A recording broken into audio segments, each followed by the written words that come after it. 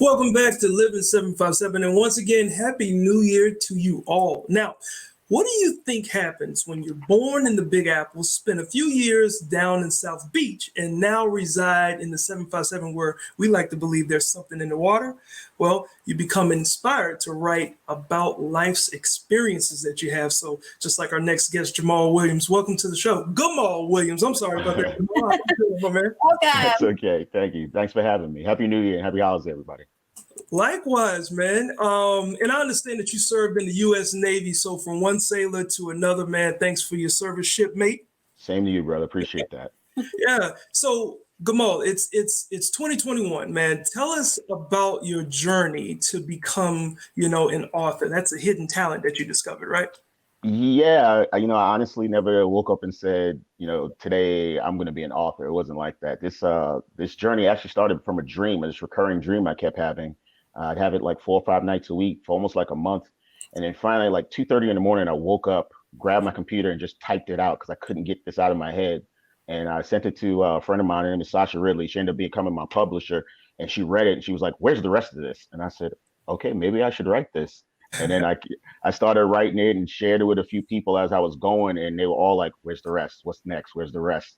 And then I said, "Okay, I'm going to commit to doing it." And then I discovered I loved it. I actually wake up in the morning with stories in my head. So I'm either crazy or I'm destined to be an author. One of the two. That's called passion, man. Yeah. That is literally the coolest story I have ever heard. Like that. Thank you. That is awesome that you just dreamt it and it's turned out to be such a great thing for you. So your new book is called Finn, A Story of Love and Hope. Can you tell us what it's about? Yes, it's a story of 3 boys who come from completely different backgrounds. One is the son of a Navy Command Master Chief. One is the son of a former police officer, and one is the son of a criminal. And they meet in high school and form an unlikely friendship.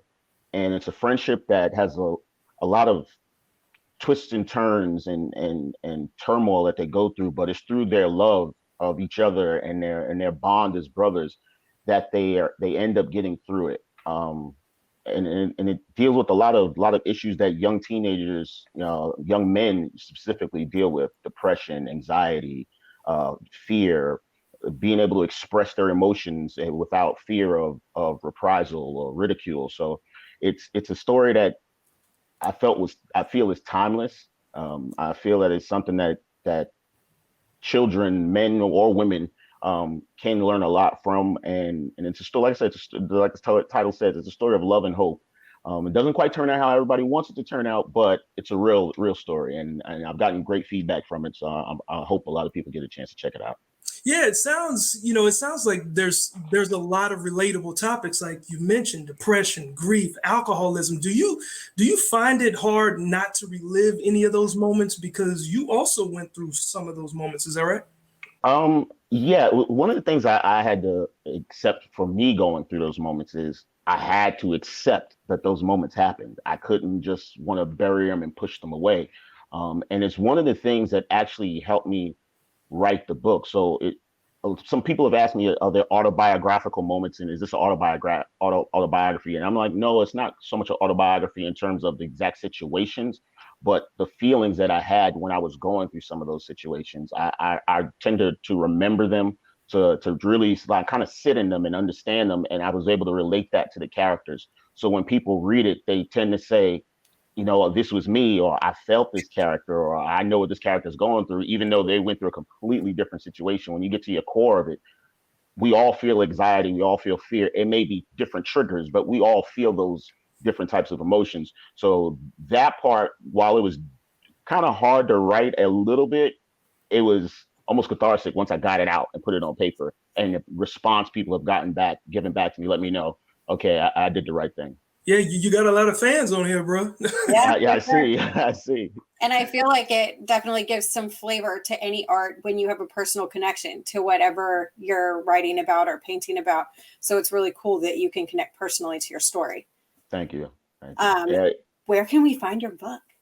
So Finn, this is Finn. Product plug. Finn can be found on Amazon. It's also on Amazon Kindle Unlimited.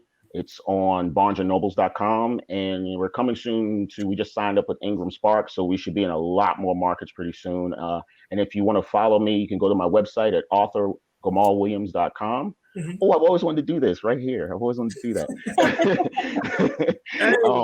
authorgamalwilliams.com and Author Gamal Williams on Facebook, Instagram, and Twitter. Thank you, man. So much, Gamal, for joining us and for Thank you so much for having me.